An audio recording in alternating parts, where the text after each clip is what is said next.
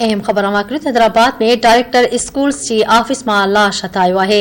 Police मूजिब लाश office के washroom में मिलियो है, जैसी सुञाणप ख़ालिद जसकानी के नाले से थी है।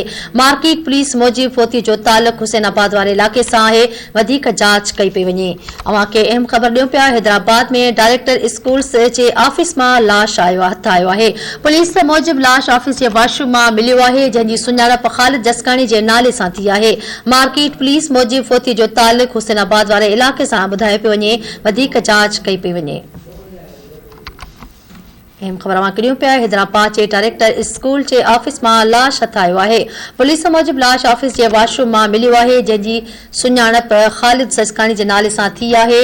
मार्केट पुलिस मूजिब फोती जो ताल्लुक हुसैनाबाद वाले इलाके से है, वधिक जांच कई पई वञे। अहम खबर दे रहा हूँ, हैदराबाद में डायरेक्टर स्कूल के ऑफिस में लाश हथायो है। पुलिस मूजिब लाश ऑफिस के वॉशरूम में मिलियो है, जैसी सुञाणप ख़ालिद जसकानी के नाले से थी है। अहम खबर दे रहा हूँ, मार्केट पुलिस मूजिब फोती जो ताल्लुक हुसैनाबाद वाले इलाके से बुधायो पियो वञे, वधिक जांच कई पई वञे। अहम खबर बाबत आगाह कर रहा हूँ, हैदराबाद में डायरेक्टर स्कूल्स के ऑफिस में लाश हथायो है। आगाह कर रहा हूँ, पुलिस मूजिब लाश ऑफिस के वॉशरूम में मिलियो है, जैसी सुञाणप ख़ालिद जसकानी के नाले से थी है।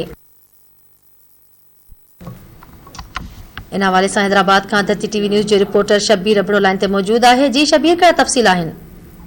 जी बिल्कुल, हैदराबाद में डायरेक्टर स्कूल की ऑफिस में लाश हथायो है। जैसे त इतला ते पुलिस पहुंची लाश पांजी तावीर में वठी जरूरी कार्रवाई लाइ हैदराबाद की सिविल अस्पताल मुंतकिल करे छड़ियो है। उन हवाले से राब्तो करण ते एसएचओ मार्केट खान मोहम्मद बुरहमानी बुधायो त लाश की सुञाणप 45 वरनि के ख़ालिद जसकानी के नाले से थी है, जो टंडो जाम में हेड मास्टर हो।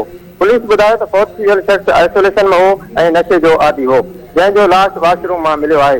पुलिस जो चवण है त फोती जो ताल्लुक हुसैनाबाद वाले इलाके से है। संदस वारसन के इतला किया है, मामले की वधिक जांच कई पई वञे। जी ठीक है शब्बीर, वडी मेहरबानी। नाज़रीन, आपको बताएं पिया, हैदराबाद में डायरेक्टर स्कूल से ऑफिस में लाश हथायो है।